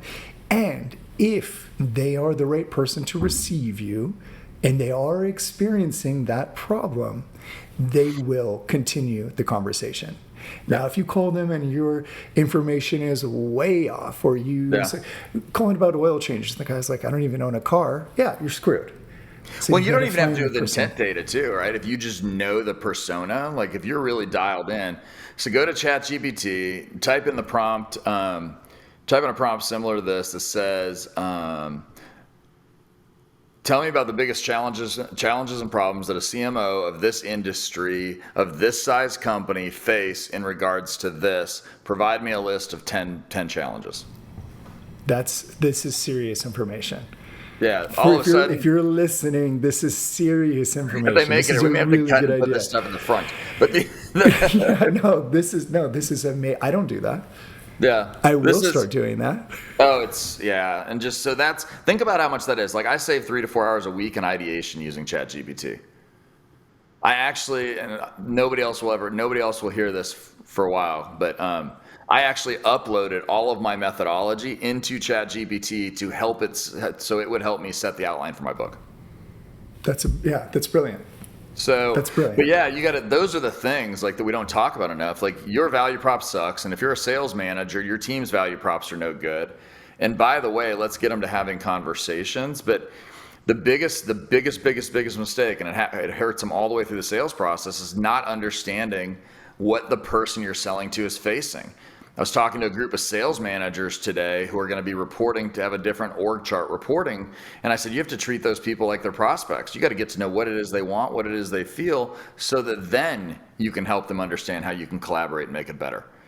But I think we underestimate in sales. So Derek, if you're in sales of software and you talk to 22 clients a month, you have a knowledge and you have a book of information in your head about the types of things they're talking about that each individual prospect doesn't. And if you're not trying to leverage that into having meaningful conversations about other challenges, I think you're missing the boat on how to really, really be successful. For sure. And just to like, I'm going to keep piggybacking off you, but with little tactical things that make the difference. So if you do have that wealth of knowledge and you are plugged in with that group of people or that group of businesses and you're understanding their day-to-day struggles, when you are speaking to a prospect or when you're working into a new scenario, using those issues that you frequently hear about and using a phrase of lately, typically, usually, historically, that's the credibility right there. So, lately when I'm talking to CEOs, I've been hearing this, and that. And if the person registers that and you're using lately or usually, they're going to go, holy shit, this guy, he's got the answers. Yeah. He's in this space currently. He's in this realm currently. And he understands something that I haven't spoken to anyone else about. And that's that trusted advisor status. That's that immediate of, I don't even know who Ken is, but I've got a sneaking suspicion he knows more about how to help me than I know how to help myself. So I'm going to entertain this phone call. So thank you for saying that, because I was able to piggyback some tactics on it. No, it's perfect. And remember this, 74% of buyers want value want value from their sellers, and only 47% of them believe they're getting it. So your ability to provide value, that's from Gartner, your ability to provide value is the differentiator. Because here's, oh my God, we could riff forever on this. You're going to probably have to cut this all off. So here's the thing. Well, here's what you as if you're a seller or a sales manager, here's something that you need to understand. You need to understand it fully. And that is this. You alone are the differentiation in the sales process until the moment of decision. Then your company matters. It's your conversation, the way it is constructed, your ability to deliver value, your ability to be consultative, that will, the company is just like, if I'm wearing a polo, I mean, the company is just like Lacoste. It's nothing, because what they're looking for, they're relying on what value can this company bring me, and they must be thinking that Derek's the guy who can convey it the best, and if Derek can't convey it the best and have the best conversations, then I'm leaving. And you don't want to hear it, but most of the time when you lose a deal, you lost a deal because you weren't good enough, not because the deal wasn't good enough. Almost every time. Yeah. And I would say absolutely every time, but that we don't want to get all the absolute sessions. Yeah, and so to take this a little bit further, if you are plugged in and know what we're talking about, or if this is a little bit newer for you, and Ken, correct me if I'm wrong, but when you're saying if you lose a deal, I want to make sure that we're on the same page. Yep. If you're starting the sales process, if you're reaching out, if you're having a new conversation and someone says, I'm not interested, that's not a deal lost. That just, it wasn't going to happen. What we're talking about is if you have completely followed the sales process, you've uncovered the pain, the need, you've been able to quantify it, there's a compelling reason, they have the money, you're with the decision maker, you know the criteria for buying, you know the timeline for signing, and you've made your presentation. If these things have happened and then you lose the deal, that is a real loss, because you shouldn't be making any presentation until all of those milestones are checked off. And at that point, if you lost the deal and you were there and you were prepared to sign and you were prepared to get started, because no one should be presenting, if they're not positive before going into the meeting that this is a win, that is you missing something. You lost the deal.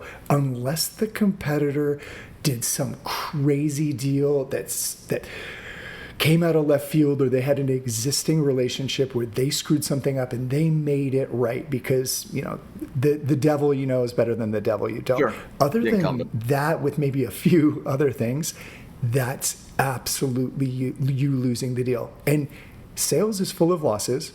That's okay to lose the deal, but you have to go look in the mirror and say, what could I have done better so that 50% discount was irrelevant to this deal? What could I have done better so that XYZ competitor didn't come out with a lower price and take the deal? Because I should have been so fucking good that they would buy me and pay a premium because they want my expertise, my solution, and my support. There's my little rant. There's my soapbox. But no, it's perfect, because I think that what you got to understand too is you should be losing deals earlier. The thing you didn't say there is this. The reason a sales process is set up on a weighted pipeline, so that the further it gets in, the higher the percentage of chance that we're betting on it coming in, is because you should be disqualifying deals earlier in the process. Right? So that's first. And second is, I can tell you, if you want to know, if your question is, all right, Derek, all right, Ken, you guys are talking a lot of shit. If your question is that, and you're like, well, how do I know if I've got a thing where we're not developing deals and it is on my sellers and whatever? I'll tell you this. This is exactly how you know. At the end of the month or the end of the quarter or the end of the year, do you go to your sellers and ask them to push a discount to your clients? To ask them to push a discount to try to get a deal across from your prospects? If you're doing that, then I can promise you that you need to lean into getting them better at what they do. There might be a book on it, Strategic Sales Unleashed, available on September 1st. But you need to coming in hot. Yeah. So that's just a quick measurement. Like if that's your tactic to try to, if you're rushing into the end of every quarter, trying to get deals done in the last week, we practice a process that takes about 18 months to get through, but called flipping the calendar. And in flipping the calendar, our goal is that I don't care what 90-day period you measure anybody on, they will always be at or above quota. You can start it in January or February or March or April, it doesn't matter. Because I like that. Our sellers finish their quarters because it's a natural byproduct of fantastic conversations and sales relationships, not because they weren't good at it and we just thought we could buy the relationship with poor price. Mm-hmm. No, I love that. That's a really good idea, and that makes perfect sense. I'm just gonna use my one little tactical piece, because tactics are so important. So, yes. So when you're saying lose early, for the listener that may not be aware of what that is, or why would I lose early? Indifference makes the difference, and the difference between commission breath and I'm just checking to see if there's a need here is so drastically different. You can hear it through the phone. You can see it on the Zoom call. You shouldn't have to convince anyone to buy from you. It's not a wrestling match, it's a dance. And if someone has their shit figured out, more power to you. I'm happy for you. Let me go find someone who needs my help. And if it doesn't sound like they need you, if it doesn't sound like anything's broken, and things typically have to be pretty damn broken for our red alerts to go off for change, if there's not enough getting in the way of your decision maker or your ambassador, then let them go. They'll come back to you when the time's right. But we should be the first person to say, it sounds like things are going really well, and I would hate to come in and screw things up. Am I missing anything? Yeah. Maybe they say, well, things aren't that great, and now we have a conversation to talk about. Or they say, yeah, you're right. Things are going really well. We're really fortunate, and I appreciate the call. Thank the person for letting you go, because they just set you free from, as we know, maybe a 9-month, 12-month period of follow-ups that make you feel worse about yourself because you're not getting a response. And then you get that negative self-talk, and I suck at this, and no one responds to me. Screw that. Go find your tribe, and your tribe will buy from you. So that's another soapbox towards tactics, or how you can come across for any salesperson that is trying to improve their win rate, or disqualify early. And so we're not done yet, but as we're coming to a close here, what are you doing personal level? So sales is so mental. You have to show up strong. You do have to show up, even if you're having a bad day. It's almost like you have to put on your sales helmet. And it's like walking between the lines in a game. When you're on the field, it's game time. And I don't want you to know that anything's going wrong with my personal shit. I'm hurt, whatever. What are you doing to overcome adversity? What are you doing to prepare yourself to be game ready at almost all times, if you will? Yeah, I diversify my efforts a couple things. So people don't have to believe this, but I believe, and I bet you I probably heard Tony Robbins say it first. I'm sure he got it from somebody else, but the mind follows the body and the body follows the mind. Yes. And so for me, I take a holistic approach to just that human wellness. I'm an anti-aging guy, so yes, I'm a gym guy, but it's mostly because I'm 50, I'll be 52 this next month, and mostly I want to be able to move around when I'm 90 like I move around today. So those are the things I do. So what I do from that perspective is the perfect days, the days that start off the way they should. I'm up and I'm out and I do a 4-mile walk. I do a 4-mile walk at 6:30 in the morning. And then people are like, oh, well, that's cool. But I do a 4-mile walk not because it's the walk, because it's a combination of that, the mind, and the body. Because in every instance, I'm listening to something that's good for me, not just music.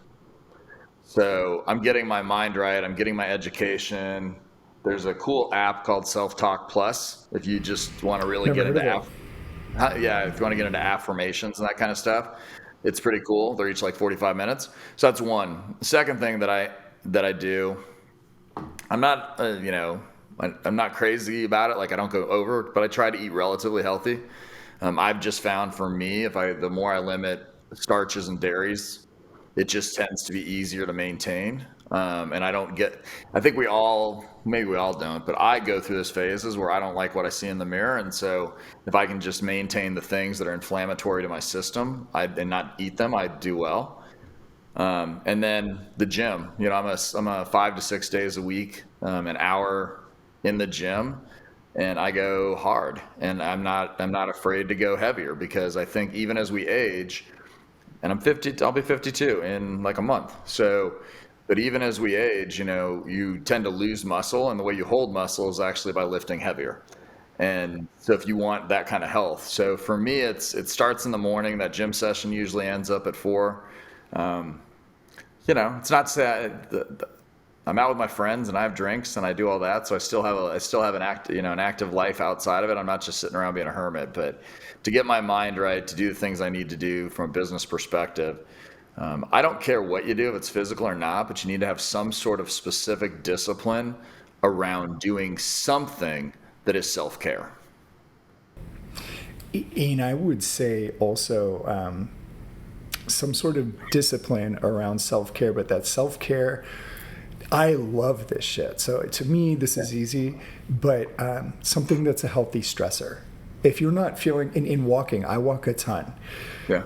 I don't have the same stress when I'm walking as when I'm squatting heavy. Yeah. And that heavy squatting, the release of the endorphins that are in your muscles and the things that make you feel good, it can change a day. And I can sleep like shit. I can wake up feeling like this is not going to be the best day. 20 minutes into my lift, I'm like, fuck, thank God I did this.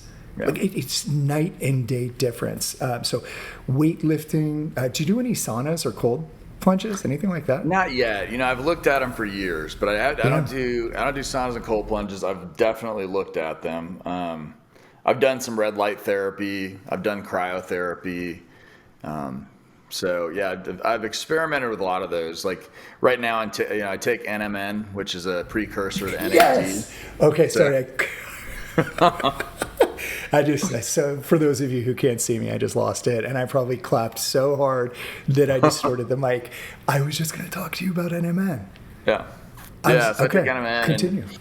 Yeah, just so that's the kind of stuff I'm doing, because your body naturally depletes NAD. NAD is a chemical within your body that actually helps the mitochondria. And as your cells die, they do a poor job of purging themselves as you get older, and that leads to inflammation, which leads to disease. So there's things like that I may not be able to see the benefits today, but they help you with some of those other things, because if you're ever feeling like you're like, I eat healthy, I do this, but I feel bloated, I feel inflamed, like I just don't feel right. Some of that could be things like that, because you could not be getting rid of those senescent cells. And so that's something I do to try to keep myself healthy long term. Correct me if I'm wrong. I'm not a doctor, don't claim to be. I only play one here. Yeah. NMN is niacinamide, right? Yes. Niacinamide. Do you take resveratrol? Have you heard about Yeah, this? I take some resveratrol too. The studies seem to be weird. Most of the anti-aging people love it. Yeah. So I take resveratrol, and then I'm gonna start taking glycine. Okay. I think is next, and then there's one more. So I'll have about 5 pills that I take in that kind of anti-aging regiment. Because if everyone's like, if we bored some of you now, and you're like, what in the hell are these guys talking about?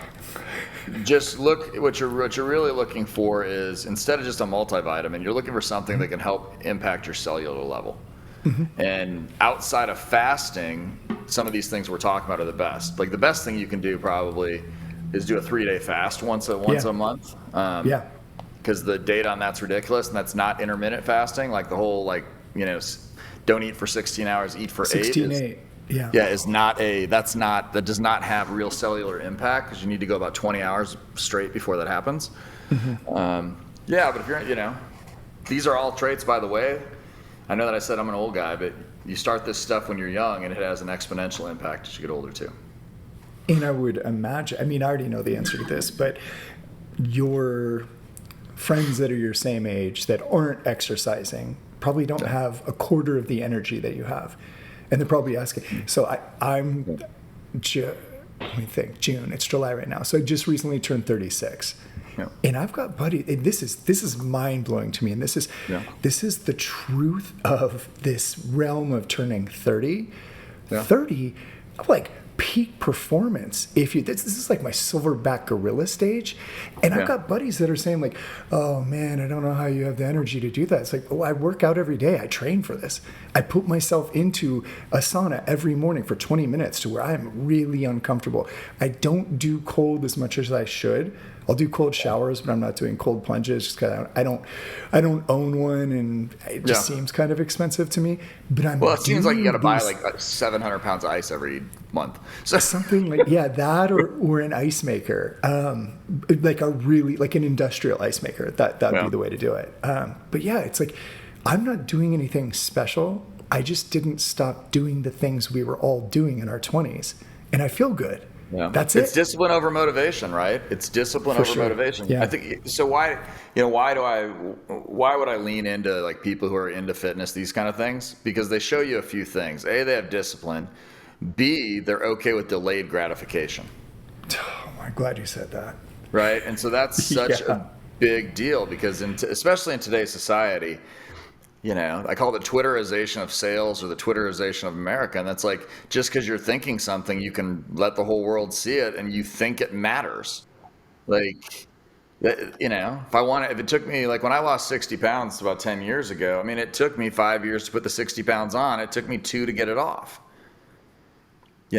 but was okay with that process. So, the process and the discipline are such big things, those things. And I'll give one other kind of random health tip, I guess. I do something called staying in my circle, which means I pretend that, like, if I spread my arms out and drop some strings down, there's a circle around my body. And within that circle, I say I will put no emotional energy into anything unless it comes in my circle. So like when everybody else is losing their mind in 16 and 20 and everybody's arguing about COVID and politics, I was like, that's information, but I'm not emotionally engaged. And I will tell you, the one thing when nobody talks about, we didn't even talk about it till just now, that I believe is probably one of the most important things to longevity and happiness in life, is to not put expectations and energy into things that you actually cannot specifically change. Yeah, that's really good. And it's easier said than done. Oh, totally. No, trust me, I still find myself. You got to fight it.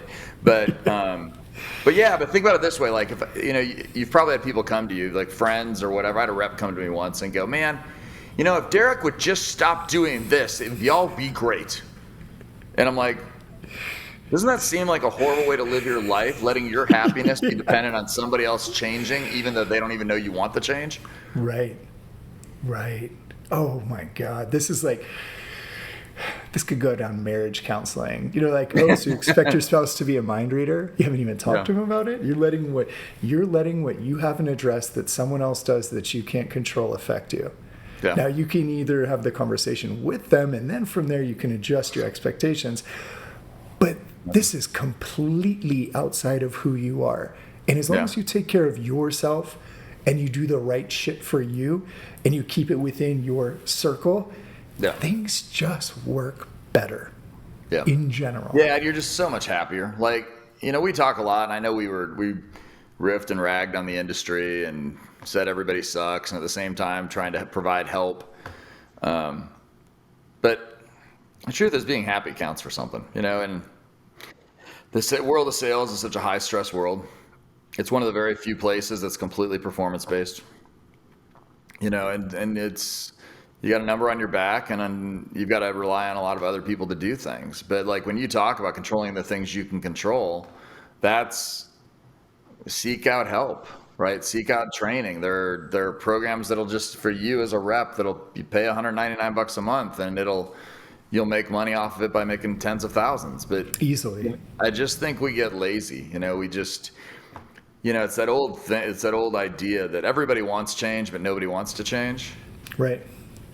So, if you're a rep or a manager, and you've probably had some degree of success, but at the end of the day, don't just bullshit yourself into thinking you have a growth mindset. Actually act on it and lead and show that from the front. People ask me, what do I read? And I'm like, they're like, what sales books do you read? And I go, I don't read any. And they're like, what? I'm like, no, because I read everything else outside of that. I'm reading leadership, and I'm reading communication, and I'm reading all the other stuff that actually are soft skill sets that we need for those types of things. So, my rant. No, that's good, and you might appreciate this just on weightlifting, but everybody wants change, but no one's willing to change. I don't know if you remember Ronnie Coleman. But Ronnie Coleman, he had this documentary, and he's looking around, and he says, everyone wants to be a bodybuilder, but nobody wants to lift heavy-ass weight. Yes, yeah, I remember that quote. And it's like, yeah, we want to be better, we want to improve, we want to do these things, but we're not asking for help, or we're not putting in the work. And so to address all my salespeople that maybe we came off as we were bashing them, sales is tough. Sales is one of the few jobs where people are coming for your head at all time. You're not competing within your company alone. You're competing with your prospect if they even need anything, and you have competition trying to poo-poo whatever you're putting out there. So salespeople, you're the best. You're resilient. You're amazing. My only gripe is when you're not leading your sales team and you're unwilling to look for help. That's the gripe. That's the one piece. And that seems to be very common in this industry. Yeah, I mean, it's a performance-based industry where you can make an absolute killing. Like, you can make more money than the top 5% of all Americans, or U.S. people, like not U.S., globally, you can take in the top 5% of all incomes. But there's still something weird that's happened. And I'm not going to say maybe it's always been there and now I'm just notice it. But over the last 5 or 7 years, I think it's kind of gotten to that point where everybody just wants someone to give it to them. Yeah. And that's not how the upper stratospheres of the world, it's not how you're going to get to the top. The story I told you, he's one of them. He made $650. Another guy made $850. Another guy is the top salesperson at 2 different companies has been through their program. But I'm going to tell you the one thing they all do. They put in the fucking work. They do the task, and they look for help and support in areas where they need to improve, and they try to find ways to refine what they're good at so they can continue to capitalize on it and not forget it just because they're playing it by their intuition. Mm-hmm. And this isn't a blanket statement for everybody, and there's definitely people that are hungry out there, but what you said is it seems like everybody wants something just given to them. Yeah. This is a completely different rant for a different episode at a different time. Sadly, I think this is a generational thing that is only going to get worse. I don't foresee it getting better. And okay, so here let's counterpoint that real quick then. Yeah. So here's the fantastic news if you made it to this point in the podcast. Think about the opportunity if you're that one who's been listening to us and saying that's bullshit, and you've basically just continued to listen because you're like, you guys are assholes and that's bullshit. Yeah. Well, or maybe you thought we were funny because we think we're funny. Yeah. Think about the opportunity to differentiate yourself, because here's what I can tell you. AI will not replace sales. It will actually supplement and help sales get better, but it will only help those reps who are at the top of their game. Mm-hmm. And so there is an opportunity here if you are in this world, and if you're saying, that doesn't sound like me, it doesn't sound generational, but you look around and your peers are all kind of like that. Mm-hmm. Yeah, they want to sing Kumbaya, and you have an opportunity to strike out. And not only, and I know that it's, people aren't just motivated by money, but the money helps. But you have an opportunity to create a lifestyle and a life for yourself that very few in the world do. And the great news about it right now is the competition, the barrier to you is substantially lower than it's been in a decade. Yeah. Yeah. I couldn't agree more. In using that, and this would be going back to maybe the tactical side of things. But if you're not having success right now, pick up the phone. No one else is.